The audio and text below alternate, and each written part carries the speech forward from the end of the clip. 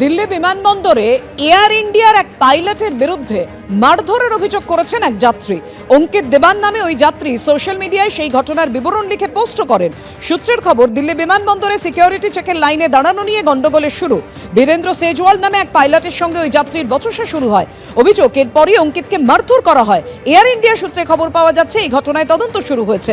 আপাতত দায়িত্ব থেকে ওই পাইলটকে সরিয়ে দেওয়া হয়েছে। যদিও এয়ার ইন্ডিয়া সূত্রে খবর, ঘটনার সময় ডিউটিতেই ছিলেন না ওই পাইলট। নদিয়ার তাহিরপুরে আজকে প্রধানমন্ত্রীর জনসভা ছিল, যদিও কুয়াশার কারণে সভাস্থলে পৌঁছতে না পারায় অডিও বার্তায় আজকে প্রধানমন্ত্রী নরেন্দ্র মোদী তিনি বক্তব্য রাখেন। আর এই সভায় যোগ দিতে আসার পথে ট্রেনের ধাক্কায় মৃত্যু হলো 3 জনের। রানাঘাটের তাহিরপুর এবং বাতকুল্লা স্টেশনের মাঝে ট্রেনের ধাক্কা লাগে এবং সেই সময় মোদীর সভায় আসার পথে ট্রেনের ধাক্কায় 3 জনের মৃত্যু হলো। এছাড়াও আরো একজনের অবস্থা আশঙ্কাজনক। মৃত এই 3 জনই মুর্শিদাবাদের বড়োয়ার বাসিন্দা বলে জানা গিয়েছে। আর এদের মধ্যে শক্তিনগর হাসপাতালে গিয়ে শেষ শ্রদ্ধা জানান শুভেন্দু অধিকারী। মোদীর সভায় আসার পথে আজকে ট্রেনের ধাক্কায় 3 জনের মৃত্যু হলো। যে 3 জনের মৃত্যু হয়েছে তাদের বাড়িতে পৌঁছেছে তৃণমূলের প্রতিনিধি দল। অন্যদিকে শক্তিনগর হাসপাতালে গিয়ে মৃতদের প্রতি শেষ শ্রদ্ধা জানান শুভেন্দু অধিকারী।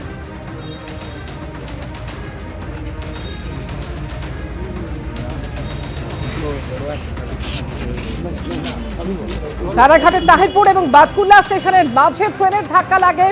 প্রধানমন্ত্রীর জনসভায় তারা যোগ দিতে আসছিলেন। ট্রেনের ধাক্কায় 3 জনের মৃত্যু হয়েছে। এছাড়াও আরো একজনের অবস্থা আশঙ্কাজনক। যে 3 জনের মৃত্যু হয়েছে প্রত্যেকেই মুর্শিদাবাদের বড়োয়ার বাসিন্দা বলে জানা গিয়েছে।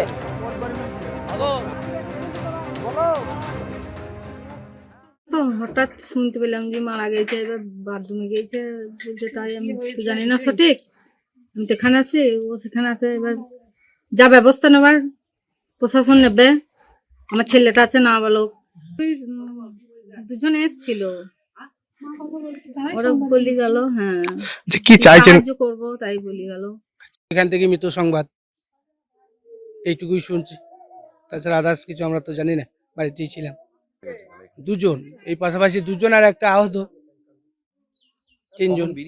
হ্যাঁ, ওরা বেরিয়ে গেছে 10টার পর। আরে বাবা, আমি যখন যাই তখন 10টার পরেই বেরিয়ে গেছে গাড়ি। আর বাবা তার একা যায়নি, মেম্বারও গিয়েছিল, সবাই গিয়েছে। হ্যাঁ, মোদির সভাতে গিয়েছিল। মোদিকে এবং ভালোবাসতো এবং ওকে দেখবো করেই গিয়েছিল। মৃতদের পরিবারের বক্তব্য আপনারা শুনলেন। 3 জন তারা প্রধানমন্ত্রীর সভায় যোগ দিতে আসছিলেন এবং সেই সময় ট্রেনের ধাক্কায় মৃত্যু হয়েছে তাদের। এই ঘটনায় দুঃখ প্রকাশ করে মৃতদের পরিবারকে সমবেদনা জানিয়ে বার্তা দিয়েছেন প্রধানমন্ত্রী। मुझे ये भी जानकारी मिली है कि रेल स्थल पर पहुंचते समय खराब मौसम की वजह से भाजपा परिवार के कुछ कार्यकर्ता रेल हादसे का शिकार हो गए हैं।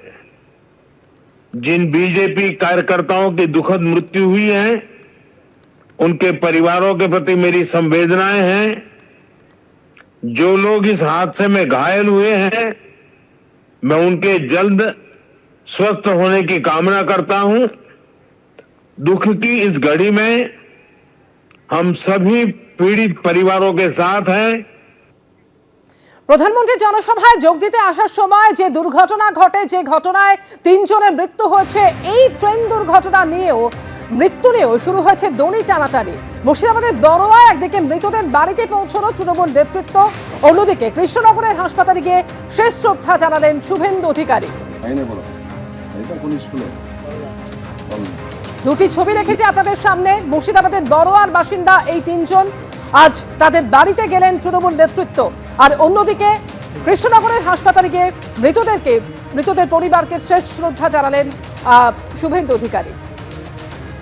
সবারই হবে, আমরা দল মত জাতি ধর্ম নির্বিশেষে আমাদের দলের নির্দেশে আমরা এখানে এসেছি। তৃণমূল নেতৃত্ব তারা আজকে একদিকে মৃতদের বাড়িতে পৌঁছে যান। মুর্শিদাবাদের বড়োয়ার বাসিন্দা এরা, তাদের বাড়ির ছবি এই মুহূর্তে দেখতে পাচ্ছেন। সেখানেই আজকে তৃণমূলের প্রতিনিধি দল তারা পৌঁছে যান যে 3 জনের মৃত্যু হয়েছে এই ট্রেন দুর্ঘটনায়।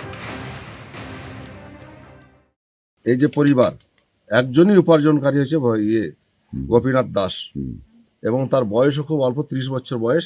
এটা হচ্ছে ছেলে, এটা হচ্ছে তার স্ত্রী, এবং একজন উপার্জনকারী এই সংসারে।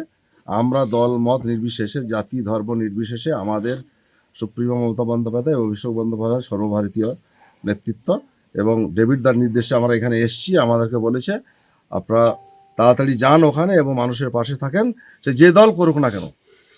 আমরা মানুষের পাশে থাকবো, পশ্চিমবাংলার মানুষ এবং আমাদের বড় ব্লকের মানুষ।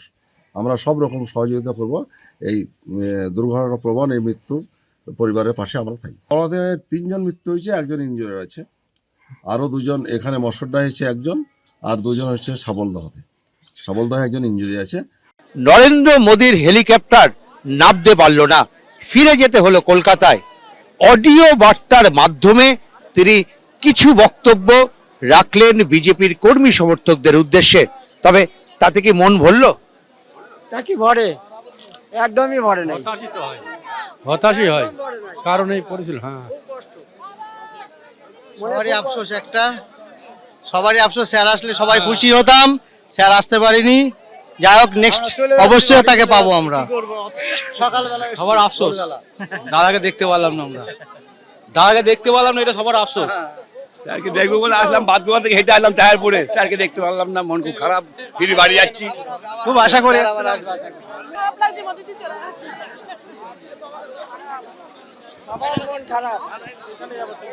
কুয়াশার জন্য আসলো না নাকি?